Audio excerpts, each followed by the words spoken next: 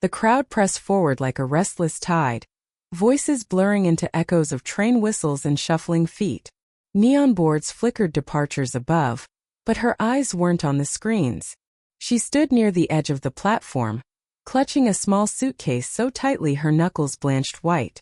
The red scarf around her neck fluttered with every gust of cold station air, tugged by the draft as if it wanted to leave before she did. She didn't adjust it. She let it pull. Her gaze followed a man weaving through the crowd. Tall, shoulders hunched, a phone pressed against his ear. His laughter cut sharp, careless. And then her breath stalled. He lifted his wrist, checking the time on a watch with a cracked face. The same watch she once saw on their cluttered dorm desk, ticking beside scattered notebooks and half-burnt midnight coffee.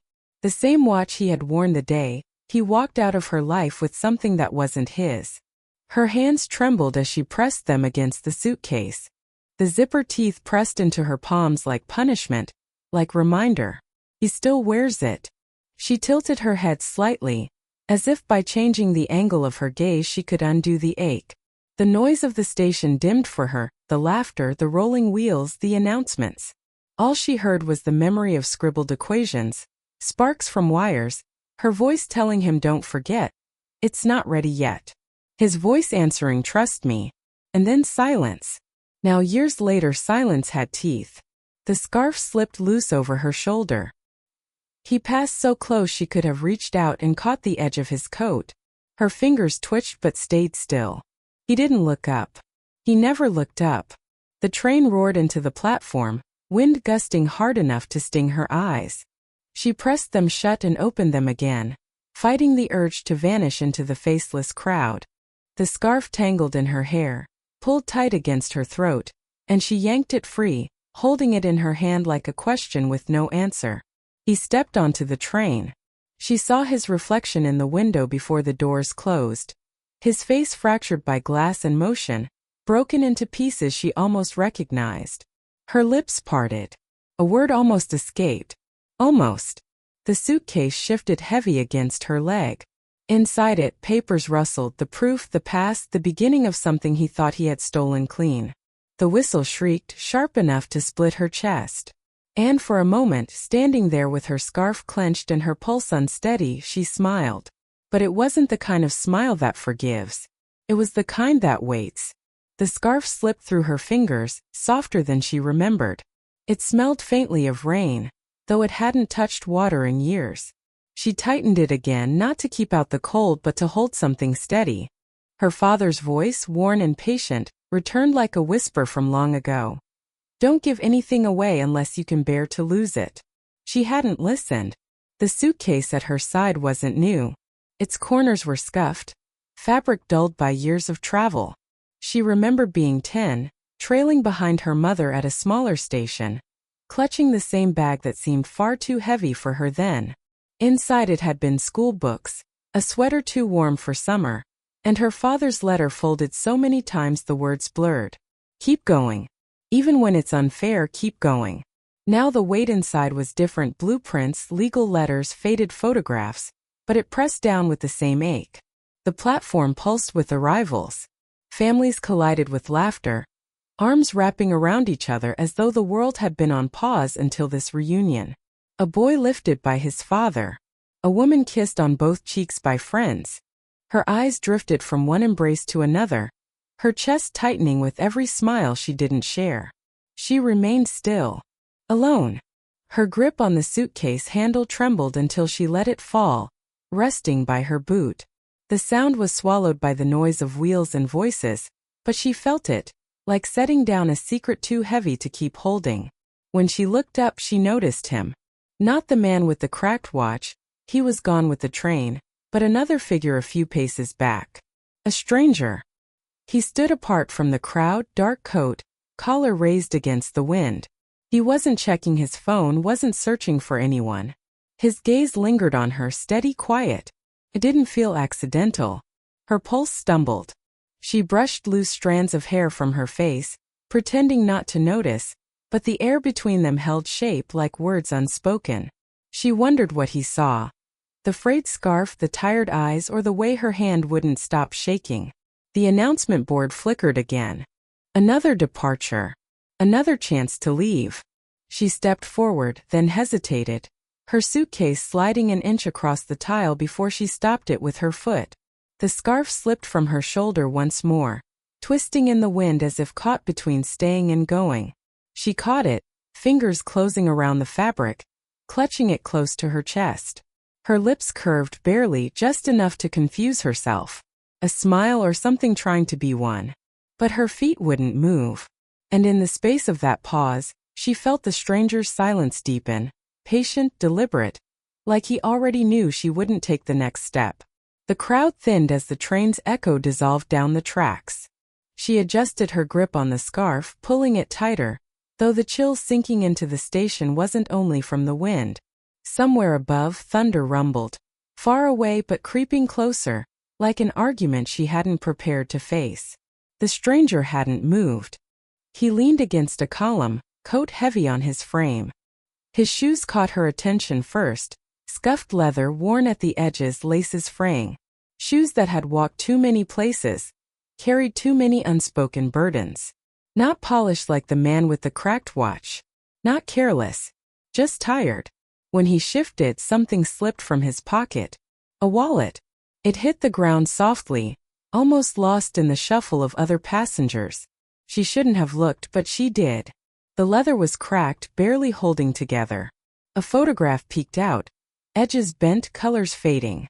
She couldn't see the whole picture, only the corner of a face. A girl, maybe younger than she was now, smiling in a way that made her throat tighten. She pulled her eyes away, clutching her suitcase. But the image clung, heavy as the papers inside her bag.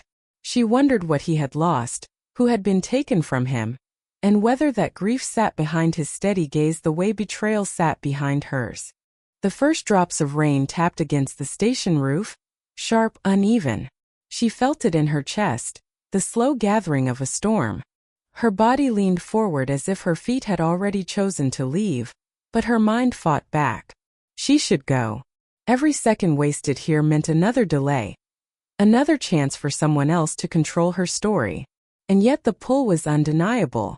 He bent down to pick up the wallet, sliding it back into his coat. But he didn't look away from her. The silence stretched, daring her to speak, to ask, to risk. Her pulse quickened. Why him? Why now? For a moment, it felt like standing before a mirror she hadn't asked for. His worn shoes, her battered suitcase. His hidden photo, her hidden blueprints. His silence, her silence. Two different lives, but both fractured, both carrying something stolen. The rain fell harder, streaking the station windows, blurring the lights into watery ghosts.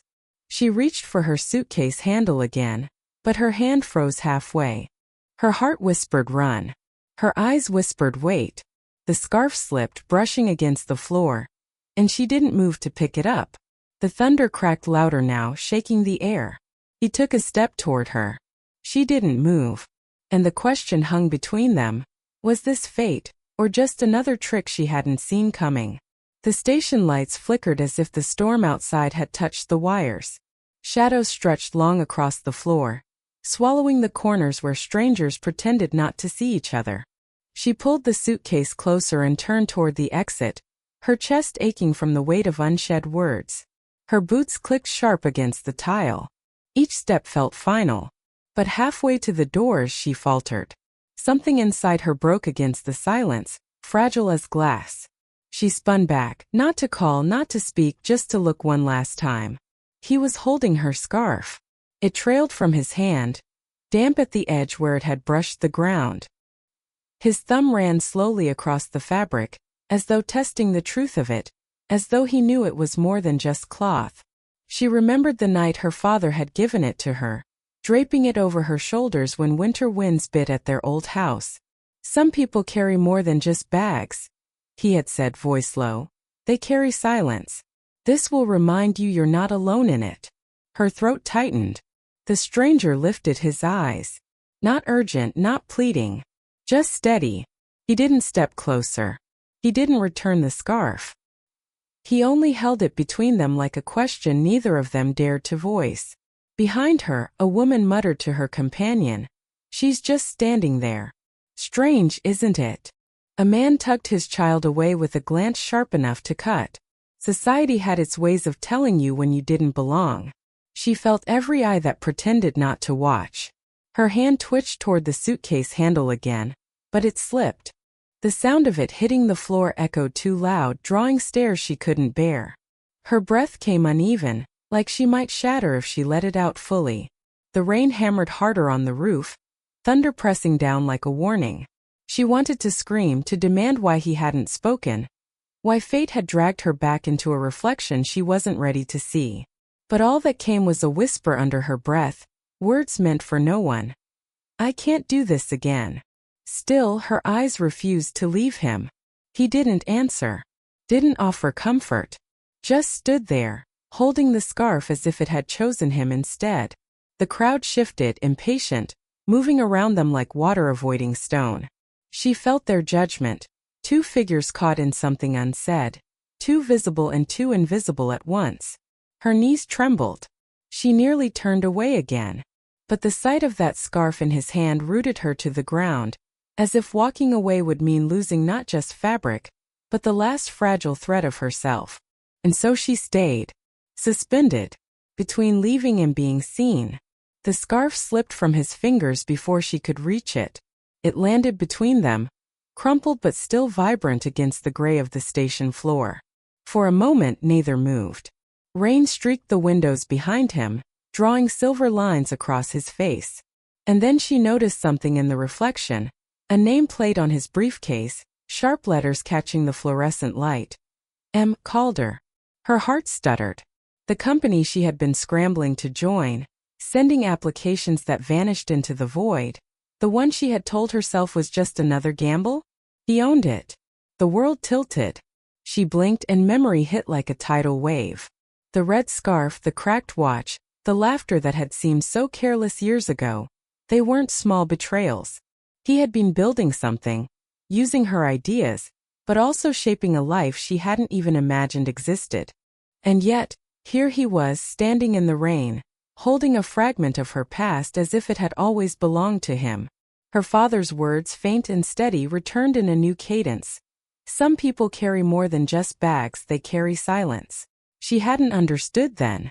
Now she felt it in her bones. The silence between them wasn't just absence. It was history, grief, calculation, and regret tangled together.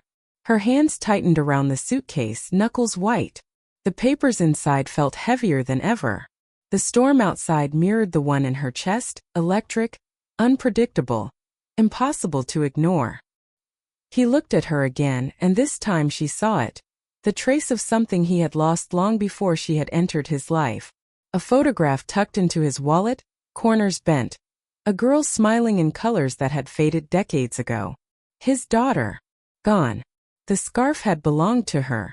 The same thread that had comforted her now carried memory, longing, and guilt. Her breath caught. Everything she had carried, the ambition, the anger, the need to reclaim what was hers, suddenly felt like it had a higher stake. Not just for her but for him too. And in that moment something inside snapped. The point of no return. She stepped forward, suitcase dragging slightly, toward the building whose doors had seemed impossible to enter before. Each step echoed against the wet pavement, deliberate, irrevocable. She didn't know what awaited inside, confrontation, collaboration, chaos, but she no longer hesitated. The scarf brushed against her coat as she walked past it, as if urging her forward. She swallowed the lump in her throat, and then she pushed the door open. The air inside smelled of polished wood and ambition, the quiet hum of a lobby filled with whispered power. Her world had shifted in a single heartbeat, and she knew she could never step back. The lobby smelled of polished wood and ambition, but her eyes were on him. Calder. The man who had taken her work, her trust, and yet held a fragment of her past in his hands. The red scarf, once a comfort, now hung between them like a bridge spanning years of anger, loss, and unspoken truths. He didn't smile. He only studied her, eyes narrowing as if weighing whether she was here to fight or to surrender. And for the first time she realized she didn't know what she wanted herself. "I never meant for it to be like this," he said, voice low. The words weren't apology, not exactly, they were admission. Confession. Her fingers twitched around the suitcase handle. She could demand everything back, reclaim what he had taken. But the sight of him, worn, haunted, carrying the scarf that had belonged to his daughter, something shifted inside her. She understood, finally, that the fight wasn't just about ideas. It was about lives intertwined, loss mirrored, silence carried too long. "Why keep this?" she asked, nodding toward the scarf. He exhaled slowly. "Some things you hold because letting go is harder than keeping them." A tremor of empathy, sharp, unbidden, hit her chest. She thought of her father, of his warnings, of the quiet endurance that had shaped her. And suddenly she understood the true cost of winning. Her suitcase, once a vessel of claims and proofs, now felt like a weight she didn't need to carry. She set it down. Papers rustled softly. The room seemed to hold its breath. He stepped forward, gently placing the scarf in her hands. Not as a surrender, not as a gift, but as recognition. She traced the fabric with trembling fingers, realizing it had fulfilled its journey. From warmth to accusation, from memory to truth. "I choose to move forward," she said, voice barely above the hum of the lobby. "Not against you, not for revenge. Just forward." He nodded, understanding something she hadn't yet said. The tension between them didn't vanish, but it settled into a fragile truce, one built not on love, but on recognition. She reminded him of someone he had lost, and he allowed her to remain in the space between past and present, a mirror and a catalyst. She walked away from the suitcase, from the claims, from the past she had thought she needed to fight for. The red scarf slipped around her neck once more. But this time it wasn't a chain. It was a thread linking what had been broken to what could still move. Outside, rain had softened to a drizzle. The train station, once a place of ghosts, seemed quieter, emptier, hers to inhabit in a way it never had been before. She didn't know what awaited, success, challenge, or confrontation, but she carried something stronger than proof, clarity, and a choice she had made herself. And as she turned one last time, she whispered under her breath, "Not every stranger you help is meant to stay, but some leave you changed forever." The scarf danced lightly in the wind, a small emblem of endings that were also beginnings, and she walked forward, finally unafraid. The rain had stopped, leaving streets slick with reflections of neon signs and street lamps. She walked alone, boots splashing quietly through shallow puddles, the city humming softly around her. Each step felt deliberate, measured, not hurried, not hesitant, but grounded in something she hadn't felt before. Ownership of her own pace, her own choices. The red scarf rested folded in her coat pocket. She hadn't worn it today, not yet, but she had touched it once before leaving, letting the fabric remind her of everything it had carried. Anger, loss, memory, and finally release. Later it would sit in a drawer, catching the morning light, quiet as a secret. A witness rather than a weight. Her thoughts drifted to the stranger, the man who had held her past in his hands without ever forcing her to reclaim it. She remembered the words that had floated between them in the polished silence of his office. Some people carry more than just bags, they carry silence. She understood now. Silence wasn't empty. It was recognition, respect, a way to hold someone's story without needing to rewrite it. Sometimes love is not romance, it's recognition. She passed a cafe window, and for a brief moment she saw herself reflected there. Hair damp from drizzle, eyes alert, shoulders squared. The world hadn't changed, but she had. Each face in the passing crowd was a brushstroke of potential connection, of unknown stories she would never fully see. And yet she felt no longing for what was lost, only the quiet pulse of what remained hers. Her mind, her work, her choices. She remembered the first day she had stood in the crowded train station, watching someone slip through her fingers, feeling powerless. Now she could walk without waiting for anyone to acknowledge her. And yet, a trace of that station lingered in her chest, a soft ache she didn't need to fill. It was memory, not regret. The scarf would rest in a drawer. The suitcase would gather dust. But the storm, the silence, the mirrored eyes of another soul, these had settled inside her like sediment in clear water. She carried them lightly, letting them shape her, not confine her. She stopped at a bridge, leaning slightly over the rail. The river reflected city lights like molten gold, twisting and shifting. She exhaled slowly, letting the wind catch strands of hair around her face. Not every ending is closure. Some are just beginnings disguised as quiet.